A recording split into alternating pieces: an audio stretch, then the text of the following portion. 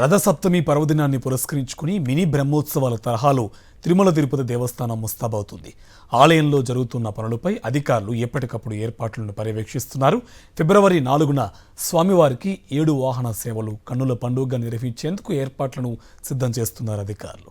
ఈ మేరకు తిరుమలలోని అన్నమయ్య భవన్లో వివిధ విభాగాల అధికారులతో సమావేశమై ఈవో చర్చించారు.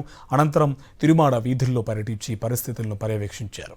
అయితే వైకుంఠ ఏకాదశి సందర్భంగా జరిగిన తొక్కిసలాట అనుభవం కారణంగా గ్యాలరీలోకి ప్రవేశం, నిష్క్రమణ ప్రాంతాల్లో మరింత అప్రమత్తంగా ఉండాలని అధికారులు భావిస్తున్నారు. ఇక స్వామివారిని దర్శించుకునేందుకు సుమారు 2 లక్షల మంది భక్తులు తరలి వస్తారని, అందుకు తగ్గట్లుగా ఏర్పాట్లు చేయాలని నిర్ణయించారు అధికారులు. తిరుమల శ్రీవారాలయంలో రథసప్తమి పర్వదినాన్ని పురస్కరించుకొని అన్ని ఏర్పాట్లు జరపబడుతూ ఉన్నాయి.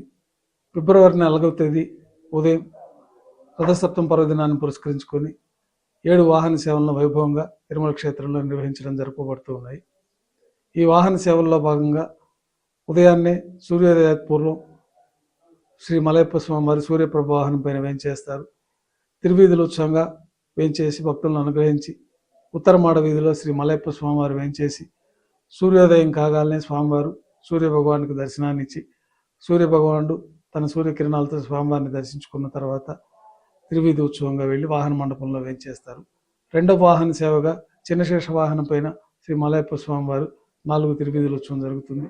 మూడవ వాహన సేవగా గరుడ వాహనం పైన శ్రీ మలయప్ప స్వామివారు వేంచేస్తారు. 4 తిరువీధుల ఉత్సవం పూర్తయిన తర్వాత హనుమంత వాహనం పైన వేంచేస్తారు. 4 తిరువీధుల ఉత్సవంలో హనుమంత వాహనంలో భక్తులను అనుగ్రహించి ఆలయానికి చేరుకుంటారు. చక్ర స్నానాన్ని కూడా శ్రీ వరహస్వామి పుష్కరిణి వద్ద వైభవంగా నిర్వహించబడుతుంది.